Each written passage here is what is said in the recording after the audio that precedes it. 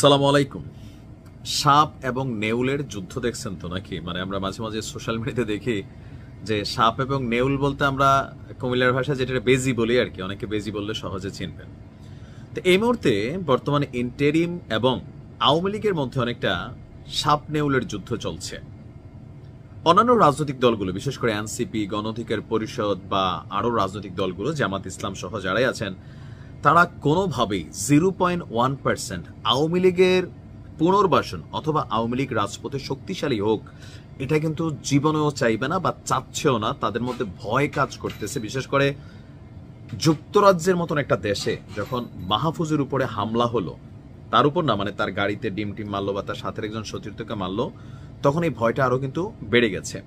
এর মাঝখানে আপনি দেখেন হুট করে গত 15 বা 20 দিনে আওয়ামী লীগের নেতাকর্মীরা অতীতের যে কোনো সময়ের তুলনায়, অতীতের বলতে গত 1 বছরের মধ্যে অনেকটা প্রকাশ্যে, আগে আমরা দেখছি হেলমেট পরেও আসছে, মাঝখানে মিছিলটা থাকতো 15-20 জনের ভোর রাতে বা নির্জন স্থানে, তারপর হচ্ছে মাস্ক থাকতো, আর অনেক কিছু থাকতো। কিন্তু রাইট নাও গেল কয়েকদিন আপনি যদি তাদের মিছিলের নমুনাটা দেখেন, আকার অনেক বড় হয়ে গেছে, হাজার মানুষও হচ্ছে, এবং কি বলা হয় যে ধরেন মাস্ক থাকতেছে না মুখে, প্রকাশ্যেই দিচ্ছে, একের পর এক বাংলাদেশের বিভিন্ন জায়গায় হচ্ছে।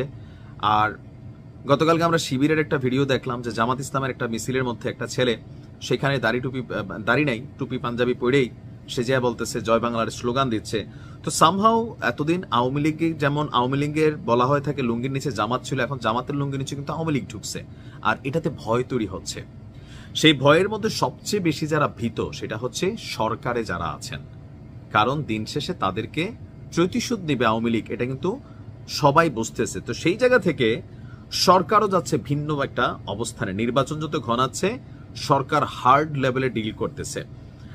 এখন মিছিলের আগেই কখন কোথায় মিছিল হবে এই বিষয়গুলোতে গোয়েন্দা তথ্য, নজরদারি অনেক কিছু বাড়াচ্ছে। আবার অনেক এলাকায় স্থানীয় পুলিশ প্রশাসন আওয়ামী লীগের নেতাকর্মীদের বাসা ভাড়া দিতেও আপনার না দেওয়ার জন্য মাইকিং করতেছে। তো এর মাঝখানে এই যে একটা ভয় বা কি বলা হয় যে আগামীতে কি হবে, এই যে টেনশনগুলা কাজ করতেছে, এর মাঝখানে গোয়েন্দা নজরদারি হিউজ লেভেলে কিন্তু সরকার আপনার বাড়িয়েছে।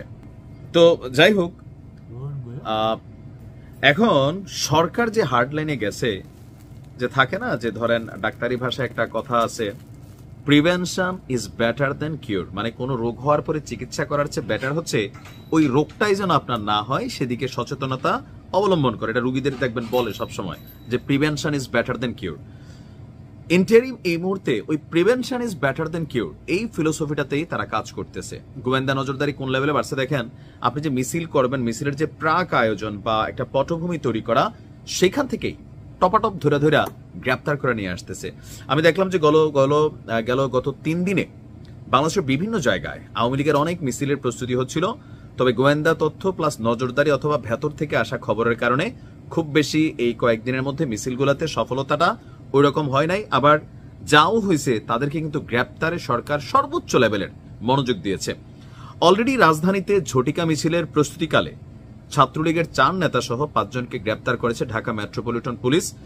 আর গতকালকে কারওয়ান বাজার পেট্রো বাংলার অফিসের গেটের সামনে রাস্তায় মিছিলের চেষ্টা করলে তাদেরকে গ্রেপ্তার করা হয়। আবার এখানে গ্রেপ্তার হয়েছে কারা দেখেন, আওয়ামী লীগের এই মুহূর্তে যে কর্মপরিধি, সেই পটুয়াখালীর জেলার বাউফল থানা ছাত্রলীগের কর্মী আবির হোসেন গ্রেপ্তার হয়েছে কোথায়? ঢাকায়।